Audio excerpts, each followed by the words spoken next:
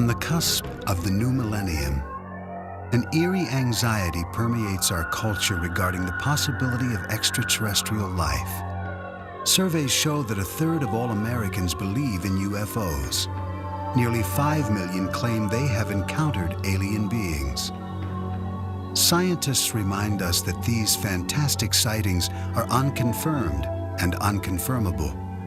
Skeptics insist that the people who make these claims are either deluded or they're exploiting the controversy for personal gain. And yet, the people who say they've had these experiences remain loyal to their stories. Stories which capture our attention and reflect a deep hunger to believe that we are not alone.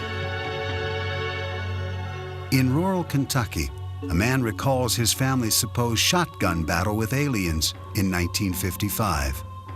A UFO investigator describes what she believes to be a face-to-face encounter with an alien. Just a mile from New York City, dozens of people hold the stories of UFOs and extraterrestrial visitations in a public park. And finally, a biblical scholar explains his belief that 6,000 years ago, all of human civilization was influenced by visitors from outer space. The notion of extraterrestrial life, fact or fiction? Or can it only be described as unexplained? In 1955, Kelly, Kentucky, 70 miles north of Nashville, Tennessee, was a peaceful farming community. On the evening of August 21st, deep in the Kelly countryside, a party of 10 people reported a wild encounter with aliens. The Langfords were winding down from a family get-together filled with laughter and card playing. 12 years old at the time, Lonnie Langford says he remembers that night clearly. There was me, my brother, my sister, 2 half-brothers, their wives, and a friend and his wife. That's about it, besides my mother. And we just sat around, and talked and played cards. My half-brother's friend, Taylor, he had to go out. We didn't have no inside restrooms back then. And as he was going out the door, he looked up and he noticed this round object. It had lights all around it. The Langfords' guest raced inside to tell the others what he had seen. They all thought he was joking. The card playing went on, uninterrupted. Finally, everyone turned in for the night, everyone except Lonnie's mother. She was just laying there awake with her eyes open and looking out the living room window, and I saw this this object standing there. She screamed, Everyone jumped out of bed, and Lonnie's brothers grabbed their shotguns. He saw little creatures 3 foot tall, 12 feet, 12 ears, big eyes, hands that were web-shaped like. They were silver, had silver uniforms, no noise, no sound, no talking. They was just there. I don't know why. Lonnie and his family watched the creatures float through the air as his brothers fired their shotguns. They say some bullets knocked the aliens over, but that to everyone's horror, the strange beings got back up again, unscathed. Everybody got roused up, started hollering and screaming. Lonnie's brother headed outside with his shotgun. Just as he was going outside, one of them grabbed him by the hair of the head, and then he jumped on out in the yard and, shot at him. Lonnie Langford said he and his family watched in terror as these glowing beings circled their home. When his brothers finally ran out of ammunition, they brandished their flashlights. The beams illuminated the sky, and to the family's surprise, the silver creatures quickly retreated into the darkness. They wasn't trying to hurt nobody. They wasn't trying to hurt us all. I think they was more scared of us than we were of them. But I was really scared. I'm just telling you the truth. Is Lonnie Langford telling the truth? Or is his story nothing more than a twisted memory from a family gathering gone awry? What we do know is that on the same evening, other residents in the area had reported what they believed to be meteor sightings.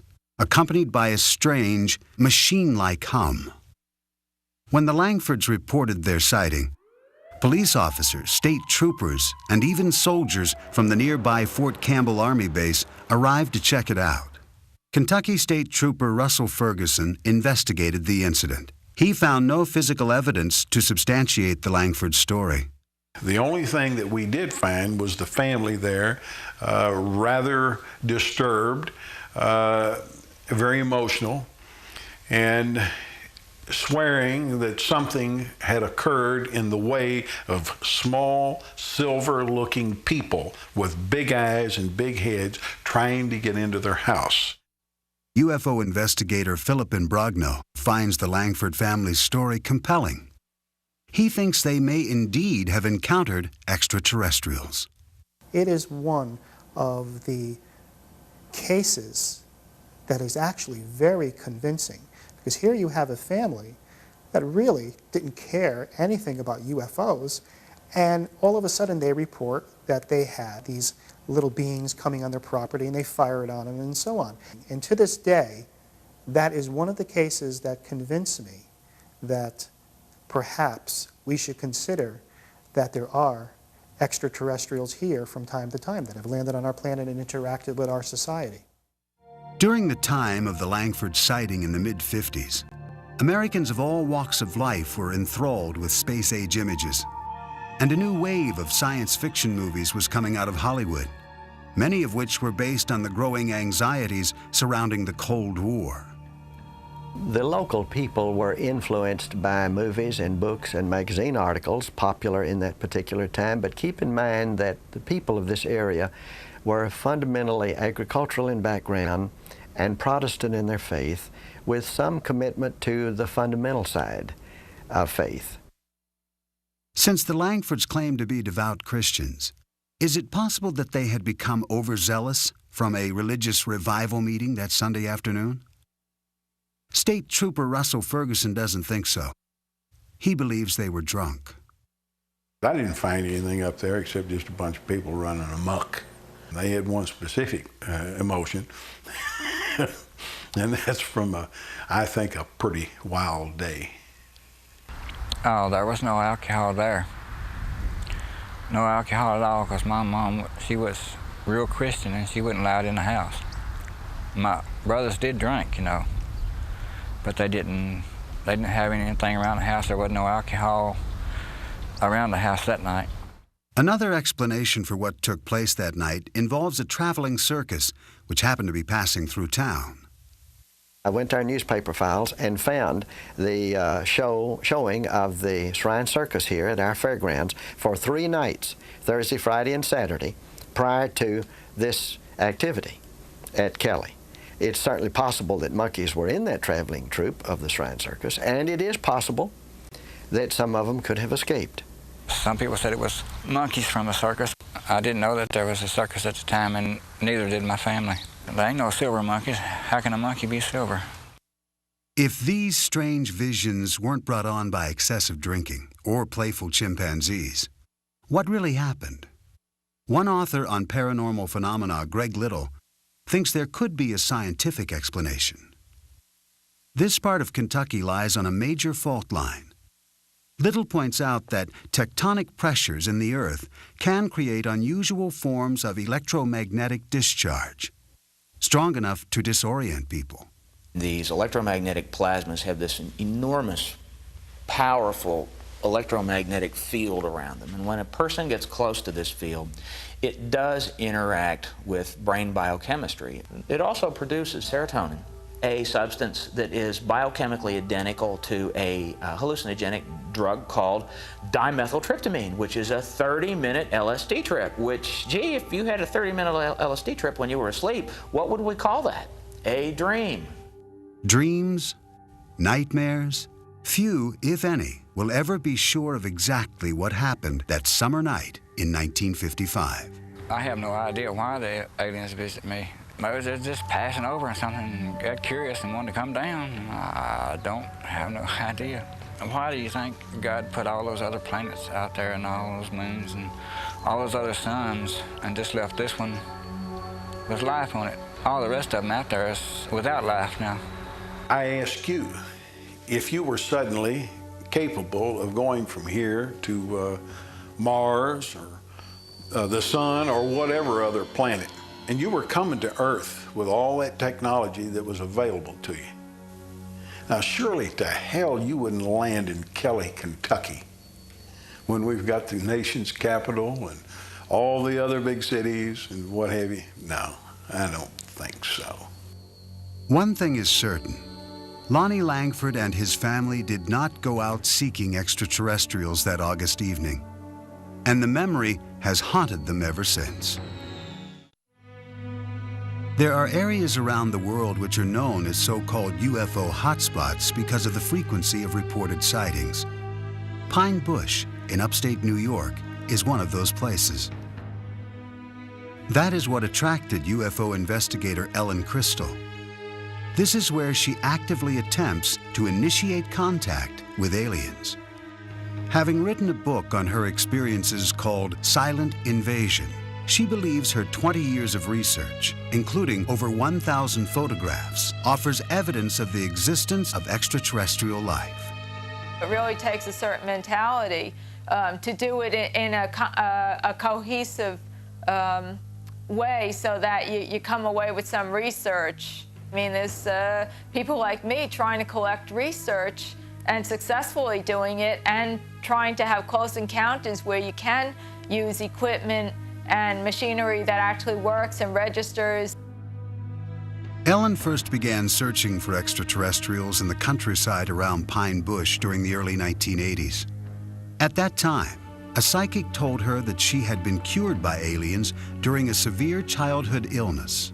She basically did a reading with me, and she said, when you were 4, you were really sick, and she said, I see the ship above a White House, and they healed you. And I said, well, I was sick. I was sick for 8 months. I thought I was 2. This psychic reading motivated Ellen to pursue her dream of meeting up with aliens. This is her story. She maintains that on August 7th, 1980, she had a close encounter which satisfied her curiosity, perhaps more fully than she had expected. My own stipulation was that I would not walk in a new field that I hadn't walked in already. So I had gone up to actually the first site, which is right up here, about half a mile, and I was standing in the field, and I was turning around, just watching some nebulous lights. I saw a huge bright light go down in the trees right across the street from me. And I wasn't sure what I wanted to do. I kind of thought they were daring me. Ellen took the challenge. She drove from field to field, contemplating her next move. Gathering up her courage, she went back to the spot where she had first seen the mysterious lights. She says that as she aimed her flashlight up into the trees, she saw something that looked like a moth. But when she moved the light down, she saw legs. Legs that appeared to run in place. But the thing ran across the clearing when it could have ducked into any bush. This was the other thing that puzzled me. It ran across the clearing, came to the edge of the clearing, stopped and stared at me. The alien in Pine Bush was about 3.5 feet tall. No discernible clothing, beige, very pale beige looking, very thin, large head, no hair, very big yellow eyes that wrapped around to the side, and the eyes were what caught in my flashlight. Ellen was bewildered by an overwhelming power, which she sensed radiating from the creature. I mean, they look, if you just look at somebody that size, you think nothing, like a child. But then you get this awesome feeling of power. And at that point, I probably decided to take off. That was probably one of the deciding factors. Frightened and exhausted, she drove to a deserted parking lot to rest and collect her thoughts. I just couldn't deal with all the emotion. I was so paralyzed with fear, and I remember my chest like going up and down. I mean, I was totally panic-stricken. I started to sweat. Ellen Crystal kept a journal of this and other experiences that she included in her book. As part of her research, she has developed elaborate theories all her own about why these aliens have come to Earth. I think that the aliens have a problem. I think they have a really terminal physical problem. I think the only reason that aliens would be coming here on such a massive level would be if they have a terminal physical problem, and that essentially equates to reproduction, that they may be a race on the edge of extinction.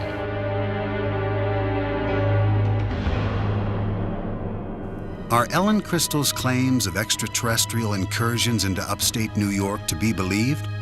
Or is she subscribing to a type of modern-day mythology? Professor of Sociology at Northwestern University, Bernard Beck, thinks this is the case. There are some people who are saying when the extraterrestrials come, they are so smart and so accomplished just by virtue of the fact that they got here, that they'll bring with them all sorts of things to make our lives better. They'll take care of us. And like anything that is created by ordinary people in their masses, through culture, through talking over back fences and talking over lunch and talking over a beer at a bar, it creates a culture, expectations, and a sense of the way these things are supposed to go. According to fellow UFO investigator Philip Imbrogno, Ellen's expectations are so intense that, combined with her apparent fascination with science fiction, her objectivity is severely compromised. I believe that Ellen Crystal is very sincere about what she's doing. I question some of her methods of investigation and some of her conclusions as to what she is collecting. When she looks at her evidence, she says this can be nothing else but ETs. Okay? When I look at her evidence, I say, well, you've got something here. There are a lot of unexplainable sightings, but I don't think she has enough evidence to actually put a label on it to say this is an extraterrestrial spaceship. Many of the UFO sightings in Hudson Valley occur around the Stewart International Airport near Pine Bush. Airport manager and retired air traffic controller Ken No is familiar with these claims. People can see meteors, which are pretty spectacular sights sometimes. Most of the sightings that I've heard of are in the evening, and various airplanes have different kinds of lights, different configurations of lights, and if people aren't looking at the night sky all the time, or a great deal of the time, they may find something unusual looking. Adding to the confusion, in the summer of 1988, during a rash of reported UFO sightings, a group of pilots decided to play a practical joke on the residents of the Hudson Valley.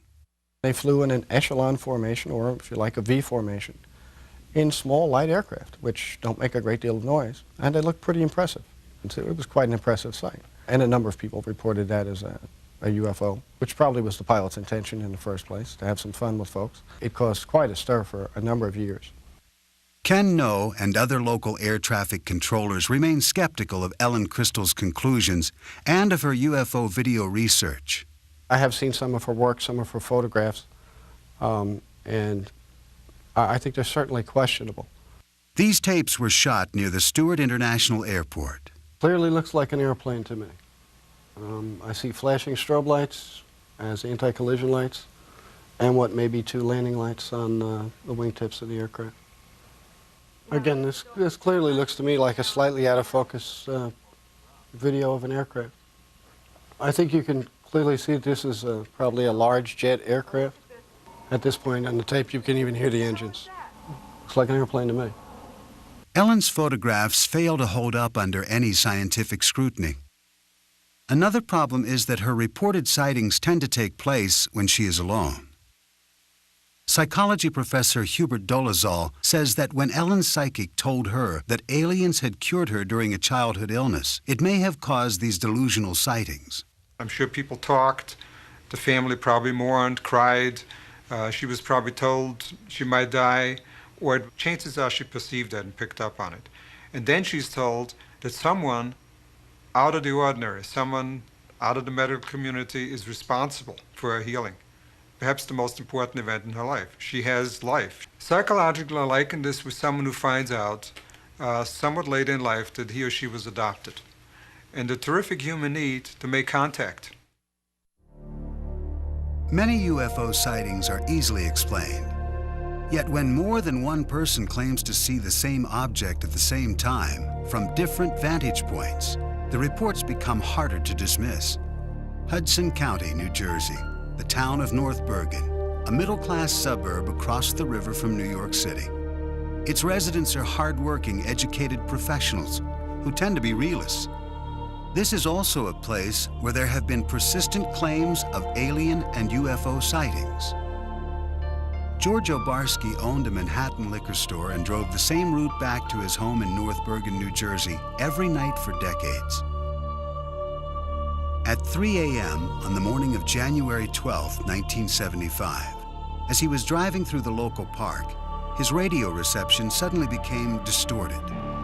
He related the subsequent events to UFO investigator Bud Hopkins, who recorded his story with a portable tape recorder. Well, I would say that thing was 30 feet across. It was a big thing. Yeah. And it seemed to be, I would say, maybe 6 feet high. You know, like a pancake. It was blown up like a pancake. Right. And the thing landed right ahead of me. He described small figures who got out. He said they looked like kids in snowsuits, and they were each one carrying a kind of a squarish receptacle and a long spoon-like shovel. They dug soil samples extremely quickly, spooning up the dirt, put it in the little satchels, and got back in the craft. He said they moved incredibly fast, like kids coming down a fire escape. And the thing took off. He was absolutely terrified, stunned. He didn't know what he was seeing. Even after George Obarski made it home, he was still shaken, terrorized by what he had encountered. I was scared to death. Yeah. You know, I was sweating, and I immediately made some tea. And boy, after that, I turned on this radio and I took 2 aspirins. Hey, you know, I was scared. Right. Man, it's just either I'm going crazy or there's something awful wrong with me. George Obarski died in 1990. His son, Frank, remembers his father's story well. What he described was a big saucer-like object, which for want of any better explanation, you'd have to call a UFO, unidentified flying object, that came down, was sort of disc-like on the bottom, had very strange lighting, sort of glowed. The clincher was, after it landed, my father described himself as being basically frozen, almost in fear. And this is a guy who'd been robbed a lot in the liquor store in New York and knew what fear was like and had coped with it a lot. But he said he was genuinely frightened of this thing. Bud Hopkins tried to corroborate George Obarski's story with other witnesses, including a doorman who worked at the Stonehenge apartment building across the street from the park. I realized it was a big apartment building there, so I spent weeks trying to locate the doorman. I called him, and I remember my adrenaline rushing when this man said, "I will never forget it. This flying saucer came down and landed in the park," and I watched the thing come down. Then he started describing what it looked like, and it was an identical description to George. After writing about Obarski's story in the Village Voice newspaper, Bud Hopkins kept looking for other possible witnesses. One family came to light afterwards. They were living about 5 blocks away, seeing this object coming down the street, maybe 40 feet up, slanted. And they described it as if it was looking in their windows.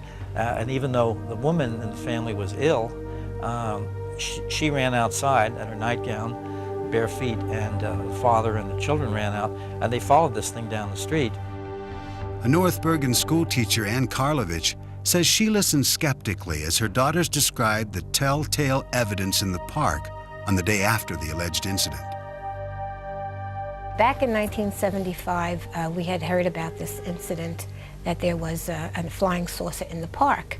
So my daughter and her friends went down to the park to see what was going on, and they all came running back saying they saw rings and burn marks in the grass in the field down near the softball field. And they told me the whole story about broken windows, that the Stonehenge had a large glass facade and it was broken by a beam of light that hit it. The kids were awfully excited about it. Frank Obarski also went to the site with his father. He knew him as a practical man, so it was difficult for him to understand why his dad held to such a seemingly irrational story. He didn't show much interest in things that couldn't be proved or disproved, or that didn't apply to everyday life. And this was one of those categories that he felt didn't apply to everyday life. So I had a lot of trouble reconciling my knowledge of my father with this story he was telling me. He said, you know, I've lived a long life as honorably and truthfully as I was able to. And he said, a man doesn't do that for over 70 years and then throw it all away by making up some foolishness. Since the alleged sighting made famous by George Obarski in 1975, residents of North Bergen, New Jersey have reported seeing dozens of UFOs on a number of different occasions. In the early evening of July 6, 1986, Wall Street investor Ron Lee and artist Nanetta Nappi were enjoying the sunset on Hurd Terrace in the Stonehenge apartment complex. I just said, what the heck is that out in the sky? I was just staring out and I saw something that was unidentifiable to me. And Nanetta and I looked at it and it wasn't moving. It didn't have any sound. And we just followed it with our eyes and tried to guess what that could be. Had it had a motor sound to it, I would not have been suspicious, but the fact that it was so silent and large, it was a large-shaped object, it drew my attention even further. I might have just ignored it. It was oval, and it had three sets of lights underneath it. And it just kept stationary in the sky for 5-10 minutes, and then at some point, it just took off and went south in a fashion without gaining momentum, but just going straight off with accelerated speed beyond what I was used to seeing. And shortly after that, very shortly, we heard noise and then saw military aircraft following it. The next day, sightings of this UFO were reported in the press. Nanetta was not one of the people who had called the local officials. Now, you don't want to talk about things that people could think that you're a little strange thinking about it. I was in denial about it because I didn't want to accept or believe that this thing did not have a rational reason behind it. 2 years later, in the same area of New Jersey, disc jockey Dave D'Elia claims he witnessed an unidentified flying object on St. Patrick's Day in 1988 over North Hudson Park. D'Elia says he was driving home when he noticed something in the sky. He pulled over. As I'm standing there, it's getting closer and closer, no noise at all, but the lights that made up the triangle were white, the diamond were white and green. D'Elia returned to his car and followed the UFO down the parkway for several miles, noting the shape of the craft. The shape of the UFO was a diamond shape like this. Where my thumbs are was basically the part that was coming toward me. That's how it was flying. In 1993, 5 years after D'Elia's reported 1988 sighting, another North Bergen resident, Ann Karlovich, who had been skeptical of the earlier Obarski sighting, claimed she too was an eyewitness to an unidentified flying object. I saw this very kind of a elliptical shaped large light shining, and I looked at it and I said, gee, wow, what is that? And it seemed to be moving very slowly, but I wasn't sure. And then as I turned my car around, it was gone. So I came into the house and my son-in-law and daughter were here. And I said to Joe, my son-in-law, I said, wow, did I see something strange on Boulevard East? And he said, I saw it too. It had a sort of eerie glow. It looked metallic and was very well lit, like with a fluorescent, bright flood kind of light. As I recall it to be a blimp-like object, like an elongated, like an ellipse, elliptical sphere, if you will. Joe Bass remembers reading the next day in the local newspaper that all the blimps in the area had been grounded due to foggy weather. I know what it wasn't. I know that it wasn't some sort of lights on the clouds or a meteor or anything like that. I suspect it was either some kind of government aircraft, some Air Force kind of aircraft that they don't let on that they have aircraft of this type. It wasn't a plane, it wasn't a helicopter, it was like a blimp type object. It is quite clear that people in this area believe they are seeing UFOs. But are they alien spacecraft? Since World War II, reports of UFO sightings have grown to merit a system of classification, a way to categorize people's claims. This method was developed by an astronomy professor at Northwestern University, J. Allen Hynek. It was he who coined the phrase close encounter of the third kind to describe human contact with an alien. Philip Imbrogno collaborated with Hynek on his final book in 1987. They collected accounts of East Coast sightings, which Imbrogno says number into the thousands. As I began to investigate more cases, I began to realize that I was just touching the tip of the iceberg. Actually, in a period of 5 years, there were 7,000 sightings. Now, they were made by people who are pillars in the community. Police officers, pilots, lawyers, educators, scientists, executives from major corporations, all saw an object that they considered to be larger than a football field flying overhead. Psychologist Hubert Dolezal maintains that UFO believers are mistaken in what they think they are seeing.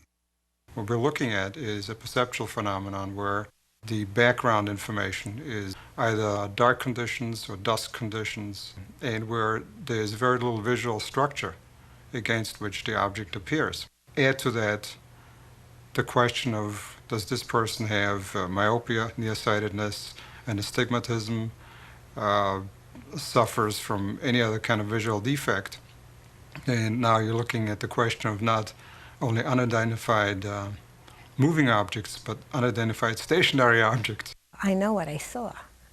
That's the only thing I can say. I know I saw something that didn't look like anything else I had seen before. Syndicated columnist Sally Deering grew up in the North Bergen area. She's heard dozens of the local UFO stories, and she thinks any belief in aliens and UFOs is ridiculous. They jump to UFO. And I think they jump to that too quickly. There's a lot of ways you could explain a lot of these things that we see. And I think that people just want to believe, they'll go from A to alien before they'll go to A to B. And I remember back in the early 70s how we would read books, Robert Heinlein's Stranger in a Strange Land, Kurt Vonnegut's books, and we would accept science fiction as some kind of metaphor for what we were living in at the time. This sort of feeling of being outcast in a society. Are alienated people confusing science fiction with reality?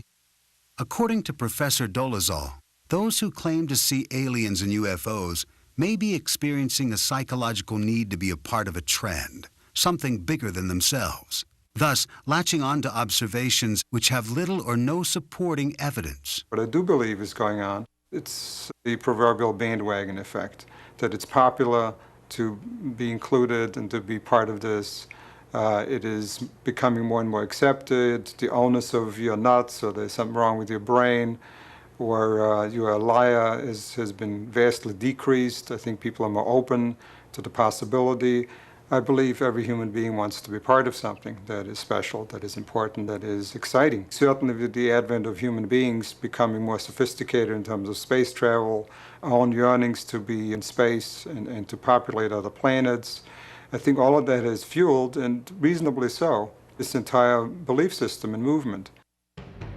Although skeptics like Professor Dolezal give compelling reasons why people think they see things which are not really there, believers remain irritated by the general skepticism they encounter. Franco Barsky is still perplexed by his father's alleged experience. It really bothered him that people thought he was lying about this. And that's the thing that I find the most compelling about this whole story, and the thing that I have the most trouble with. I suppose it is frightening because it's the unknown. Things that are not really part of the known are frightening. It just came and went, and I could be wrong, but I think that was really a once-in-a-lifetime event where I saw something that's unexplained. Approximately 6,000 years ago, in southern Mesopotamia, a people known as the Sumerians developed an advanced society. As with the ancient Egyptians, many aspects of Sumerian culture remain cloaked in mystery.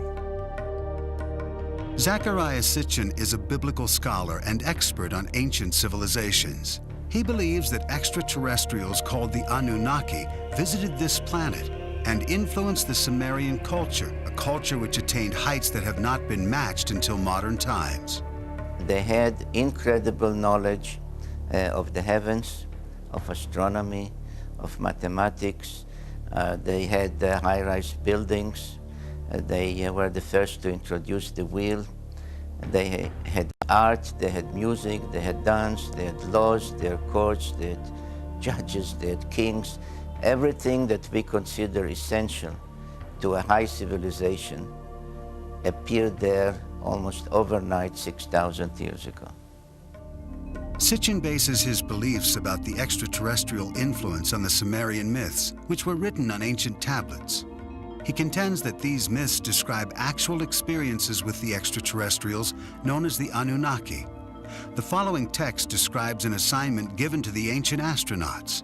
Some were told to orbit and guard the Earth, while others were sent down to settle. Assigned to Anu to heed his instructions, 300 in the heavens he stationed as a guard, the ways of Earth to define from the heaven and on Earth. 600 he made reside. After he all their instructions had ordered to the Anunnaki of heaven and of earth, he allotted their assignments. I surmise from those various texts, they were losing their atmosphere on their planet, whether because of natural causes or ecological developments. According to Sitchin, these texts describe the Anunnaki coming to Earth to acquire gold particles, which they would use to shield their atmosphere. The myths also offer information about law, astronomy, and the cosmos. In these texts, our solar system consists of not 9 planets as we know it, but of 12, with the Anunnaki coming from the 12th planet called Nibiru.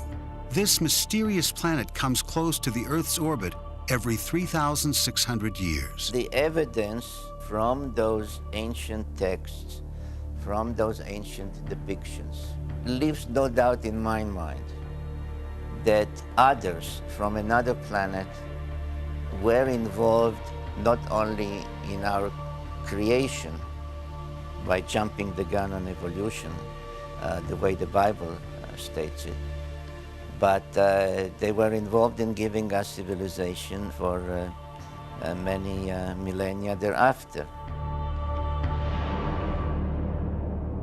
Did the Sumerians evolve differently from the rest of humanity? Nearly all scholars on Sumerian culture dismiss Sitchin's hypothesis, including Professor Miguel Seville of the University of Chicago.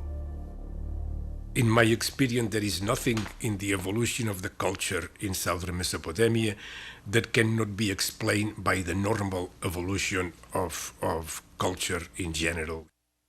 Professor Seville maintains that the Sumerian mythological texts are nothing more or less than what they appear to be, myths. He doubts Sitchin's ability to accurately translate these texts. The author mixes languages and explains one form of a language by another, and sometimes he seems almost incapable of recognizing whether a word is Sumerian, Akkadian, or Hebrew. Not only do scholars of cultural anthropology like Professor Seville differ with Sitchin's 12th planet theory, there are astronomers who argue against its very premise. I don't think that such a planet would be able to elude our detection for any real length of time, given what we are able to do now, as far as telescopic observations and gravitational studies and so forth. As far as traveling here, I personally don't see any reason why our particular star system would be any more interesting than any other. Of course, new planets are still being discovered, and NASA experts have recently made claims of microfossils on Mars. These findings have led most natural scientists to concede that there is a distinct possibility of life evolving elsewhere in the cosmos. My guess is that if life forms, it forms on the surface of the planet. You have to have a certain temperate climate. You have to have water on the surface or water just below the surface. It's possible that some of these precursors for life, the organic molecules, get seeded onto primitive Earth, say through comets. We know that comets have a lot of organic chemistry going on them. Many astronomers and astrophysicists agree with Professor Novick. And yet if there is advanced life elsewhere in the heavens, even in possession of sophisticated technology, the distances involved in navigating the stars are simply too vast. Maybe there are 10 advanced civilizations in our galaxy, maybe. But if there are, and this is really far-fetched, if there are, they are so far away from us that there is no chance. They are hundreds of thousands of light years away. There is no chance, zero, that we will ever be visited. The best way to describe the distance to the stars, the distances are actually quite vast. The distance from here to the galactic center, we're just talking roughly 30,000 or so light years, I believe. There are those that maintain that the current surge in extraterrestrial sightings is best explained as a substitute for traditional religion. If you take an adherence to a divine being, a god, what a religious belief one may want to adhere to, in the absence of such a religious belief, I think there, or as a supplement perhaps, there may be a need to say there is something more sophisticated, wiser, more technologically advanced. And it seems to me that this is a reasonable supplement to say as a substitute for religious beliefs per se. Our needs are so great emotionally for some kind of religious center, and our fears, our paranoid fears are so great that it's extremely difficult to look at this objectively, and yet that's what we must do. Every era has had its extraterrestrials, except we now have a language that allows them to be extraterrestrial beings, instead of previous eras when they were just strange beings. If all the skeptical scientists in the world would put their heads together just for 1 year and do an in-depth study of this phenomena to find out whether or not UFOs are extraterrestrial in nature, maybe we could come up with some answers instead of being criticized all the time as to whether or not this is a true science. Somehow we as scientists have failed in explaining to people that there are things about the universe that we really do understand. We don't know everything, but we know a lot. And there are things that we can just rule out. And people just don't buy this. And I find that very sad, that the culture of modern science has not really sunk in the culture of our nation. Bud Hopkins believes that if modern science would not completely rule out UFO claims, if they would just investigate a fraction of these sightings, they would indeed reach a larger audience. What I like to say is that an extraordinary phenomenon, which this undeniably is, no matter what your point of view is about it, an extraordinary phenomenon demands an extraordinary investigation. The way science works is that if there were something out there that was credible, if there was real good evidence and things could be followed up and said, yes, in fact, I see what you're talking about, people would love that. If there was anything to it, it would be embraced by the scientific community. Though skeptics will insist that all the thousands of claims of alien sightings do not add up to a single scientific confirmation, people will go on reporting them, asserting with equal fervor that what they saw was real. But without physical evidence, we are left only with assumptions. Some choose to believe in the existence of extraterrestrial life, rather than tolerate the uncertainty of the unexplained.